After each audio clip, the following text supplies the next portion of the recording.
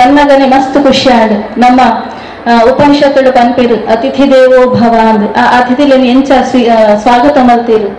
ಅಂಚನೆ ನಮ್ಮ ತುಳುನಾಡ ಪಿರಾಕಡು ಉಪಯೋಗ ಮಲ್ತೆಂತಿ ಓಡು ಎಂಕಾಲಿನ ಬಿಟ್ಟು ಕುಲ್ರ ಸಾಧ್ಯ ಇಜ್ಜಿಂದು ಆ ಸುದೇನ ಕಡತು ಪೋನಾಗ ಮಸ್ತ್ ನೀರುಂಡು ನಾನು ಎಂಚ ಕಡಪನ ಪನ್ನಾಗ ಒಂಜಿ ಮರದ ತುಂಡು ಮೀನೊಂದು ಬರನುಂಡಿಗೆ ಐಕಲಾಯ್ತು ಕುಲ್ಲುದು ಆಪಿದ ದಡನು ಸೇರ್ಬೇಲೈ ಆ ಅರ್ಧ ಉಚ್ಚಿನ ಪತ್ತದ ಮಿತ್ತು ಬರ್ತು ಪೋಪೆಗೆ ಪಂಡ ಆಗ ಊರ್ಲ ಗಮನ ಇಜ್ಜಿ ತನ್ನ ಬಿಡದಿನೇ ಪಾತ್ರೆಡು ಅಲ್ಲೊಟ್ಟಿ ಉಪ್ಪುಡುವ ನಿತ್ಯದ ಸಮಾಜದ ಕಾಲಘಟ್ಟ ಬಹುಶಃ ನಮ್ಮ ದುಂಬುದ ಪೀಳಿಗೆ ಅನಿವಾರ್ಯ ನನಗೆ ಆಧುನಿಕದ ಒಟ್ಟಿಗೆ ನಾವು ಹೋರಾಡಬಹುದು ಅಣ್ಣ ನಮ್ಮ ಆ ಪ್ರಾಚೀನವಾದ ಪರಂಪರೆ ಸಂಸ್ಕೃತಿನ ಒರಿಪಾವುದು ಇದು ಮಸ್ತ್ ಖುಷಿ ಅಂಡಾಯ ಪಂಡ ಹೆಚ್ಚಿನ ಜೋಕ್ಲೆ ಮುಂದೆ ಸೇರ್ಪಾವುದು ಆ ಸಂಸ್ಕೃತಿದ ಒಂದು ವಿಚಾರ ಕೊಪ್ಪಿಂಚಿ ಕಾರ್ಯವನ್ನು ಮತ್ತೊಂದಿರು ಯಾನ್ ಕೇಳೋದು ಒಪ್ಪೆ ಬಟ್ ಸಂಘ ಡೆಡ್ಡೆ ಕಾರ್ಯಕ್ರಮ ಆವಂದು ಪಂಡ ನಮ್ಮ ದುಂಬದ ಪೀಳಿಗೆ ಆಧುನಿಕದ ಒಟ್ಟಿಗೆ ಆಧ್ಯಾತ್ಮಲ್ಲ ಒಟ್ಟೊಟ್ಟಿಗೆ ಕೊಂಡದು ಪೋನಾಗ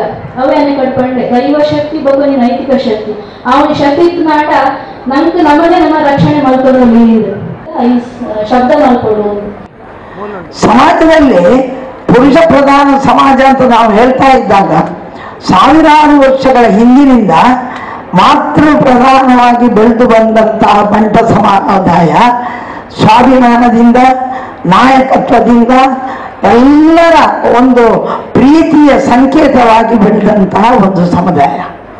ಯಾವುದೇ ಅಬ್ಬಕ್ಕ ರಾಣಿಯ ಕಾಲದಿಂದ ಶುರುವಾಗಿ ಇವತ್ತಿನವರೆಗೆ ನೋಡಿದ್ರು ಎಲ್ಲ ಜಾತಿಯ ಎಲ್ಲ ಬಂಧುಗಳನ್ನು ಯಾವುದೇ ರಾಜಕೀಯದಲ್ಲಿರಲಿ ಯಾವುದೇ ಪಕ್ಷದಲ್ಲಿರಲಿ ಯಾವುದೇ ಊರಿನ ಯಾವುದೇ ಗಲಿಯಲ್ಲಿರಲಿ ಅಲ್ಲಿದ್ದ ಬಂಟ ಎಲ್ಲರನ್ನೂ ಹೊಂದಾಣಿಕೆ ಮಾಡಿಕೊಂಡು ಹೋಗುವುದು ನಮ್ಮ ಸಮುದಾಯಕ್ಕೆ ದೇವರು ಕೊಟ್ಟಂತ ಬಹುದೊಡ್ಡ ಕೊಡುಗೆ ಅಂತ ನಾನು ಭಾವಿಸ್ತಾ ಇದ್ದೇನೆ. ಗ್ರಾಮೀಣ ಪ್ರದೇಶದಲ್ಲಿ ಕಾಳು ಬೇಳೆ ಪಲ್ಯ ಇವೆಲ್ಲವೂ ಅದಕ್ಕಿಂತ ಹೆಚ್ಚು ಕೋಳಿ ಖಾದ್ಯಗಳು ಏನ್ ಚೆನ್ನಾಗಿ ಮಾಡ್ತಿದ್ದಾರೆ. ಕೋಳಿ ಏನೇನ್ ಮಾಡಬಹುದು ಅಂತ ಬಂಟ್ರ ಹತ್ರನೇ ಕೇಳಿದ್ರು ಏನೇನ್ ತರಹದ ಖಾದ್ಯಗಳನ್ನು ಮಾಡಬಹುದು ಅಂತ.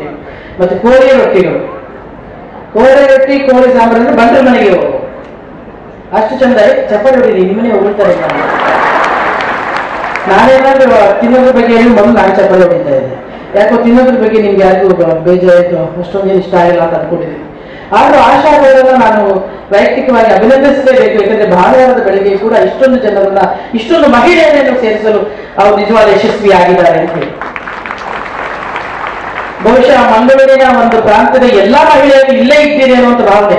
ಮನೆಯಲ್ಲಿ ಗಂಡಸರು ಏನೇನ್ ಮಾಡ್ತಿದ್ದಾರೋ ಪಾಪ, ಮಕ್ಕಳು ಎದ್ಮೇಲೆ ತಿಂಡಿ ಮಾಡಿದ್ರು ಇಲ್ವೋ ಹಂಗೆ ಬಂದಿದ್ದೀರಾ ಹೆಂಗೂ ತಿಂಡಿ ಇಲ್ಲೇ ಇರುತ್ತಲ್ಲ ಯಾಕೆ ಮಾಡೋದು ಅಂತ.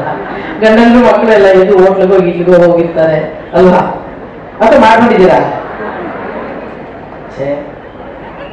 ಪರವಾಗಿಲ್ಲ, ಮಾಡಿ ಬಂದಿದ್ರೆ ಓಕೆ, ನಾವು ಕೂಡ ಹೋಗ್ತಾ ತಿನ್ಕೊಂಡು ಹೋಗ್ಬೋದು. ಹಾಗೆ ಮತ್ತೆ ಇಲ್ಲಿ ನಮಗೆ ಒಂದು ನಾನುಡಿ ಹೇಳ್ತಾರೆ ಯಾವಾಗ್ಲೂ, ಅದ್ರಲ್ಲಿ ಪುರುಷರು ಜಾಸ್ತಿ ಹೇಳ್ತಿರ್ತಾರೆ ಎರಡು ಜಡೆ ಒಂದ್ ಕಡೆ ಸೇರಲ್ಲ, ಎರಡು ಜಡೆ ಒಂದ್ ಕಡೆ ಸೇರಲ್ಲ ಅಂತ. ಯಾಕಂದ್ರೆ ಮಹಿಳೆಯರಿಗೆ ಜಗಳ ತಂದಿರೋದು ಬಹಳ ಸುಲಭ. ಅದು ಮಹಿಳೆಯರಿಗೆ ಜಗಳ ತಂದಿರೋದ್ರಲ್ಲಿ ಪುರುಷ ಬೇಕು ಬರ್ಬೇಕಾಗಿಲ್ಲ, ಒಬ್ಬ ಮಹಿಳೆಯರಿಗೆ ಬಿಟ್ರೆ ಮಹಿಳೆಯರಿಗೆ ಶತ್ರು, ಬೇರೆ ಯಾರು ಶತ್ರು ಬೇಕಾಗಿಲ್ಲ, ಹೊರಗಡೆಯಿಂದ ಬರಬೇಕಾಗಿಲ್ಲ. ಇಲ್ಲಿಂದ ಅವ್ರನ್ನ ಕಟ್ಟೋದು ಇಲ್ಲಿಂದ ಇವ್ರನ್ನ ಕಟ್ಟಿಬಿಟ್ರೆ ಅಲ್ಲಿ ಮುಗಿದೋಗ್ತಾರೆ.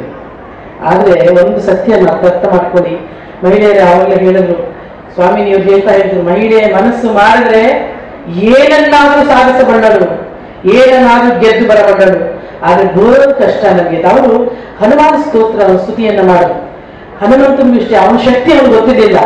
ಅವನ ಸಹಪಾಠಿಗಳ ಶಕ್ತಿಯನ್ನು ತುಂಬಿ ಹೇಳಿದಾಗ ಹೌದು ನಾನು ಹಾಡಬಲ್ಲೆ, ನಾನು ಅಲ್ಲಿಗೆ ಲಂಕಾಗ ಹೋಗಬಲ್ಲೆ ಅನಿಸ್ತು. ಹಾಗೆ ನಾವು ಹನುಮಂತನ ತರ ನಾವು ಯಾರಾದ್ರೂ ಹೇಳ್ತಾ ಇರ್ಬೇಕು ನಮ್ಗೆ, ನಿನ್ ಕೈಯಿಂದ ಸಾಧ್ಯ, ನೀನ್ ಮಾಡೋದಿಕ್ಕೆ ಸಾಧ್ಯ, ನೀನ್ ಗೆಲ್ಲೋದಕ್ಕೆ ಸಾಧ್ಯ, ನೀನ್ ಸಾಧಿಸೋದಿಕ್ಕೆ ಸಾಧ್ಯ ಅಂತೆಲ್ಲವನ್ನೂ ಹೇಳ್ತಾ ಇದ್ರೆ ಮಾತ್ರ ನಾವು ಒಂದು ನಿಮಿಷ ಹೊರಗಡೆ ಹಿಂಗ್ ಬರ್ತೀವಿ. ನಮ್ಮ ದೇಶದ ಉದ್ಧಾರ ಆವಡಂಡ ಪೊಣ್ಣು ಜೋಕ್ಲೆಗ್ ವಿದ್ಯೆ ಕೊರ್ಲೆ, ಒಂಜಿ ಆಣದ ವಿದ್ಯೆ ಕೊರಂದ ಆಗ ಒರಿಯಕ್ ಕೊರ್ನೆಂಚ ಆಂಡ ಒಂಜಿ ಪೊಣ್ಣಗ ವಿದ್ಯೆ ಕೊರಂದ ಇಡೀ ನೇಷನ್ಗೆ ಕೊರ್ನೆಂಚ. ನಮ್ಮ ಮಾತ ತೂವೊಂದುಲ್ಲ ಪೊಣ್ಣುಲ್ ನಮಿತ್ತು ಏತ ಅತ್ಯಾಚಾರ ಆವೊಂದುಂಡು ಇಂದು ಕೂಡ ದೂರ ಆವಡುಂದಾಂಡ ಅಕ್ಲೆಗ್ ವಿದ್ಯೆಡು ಮನೋಬಲೊಟ್ಟು ಗಟ್ಟಿ ಮಲ್ಪೊಡು. ನಮ ಇಂದುವೇ ನಮ್ಮ ಅಬಲೆ ರಾಯಿನ ಪೊಣ್ಣನ ಸಬಲೆಯಾಗು ಮಲ್ಪುನ ಒಂಜಿ ಸಾಧು.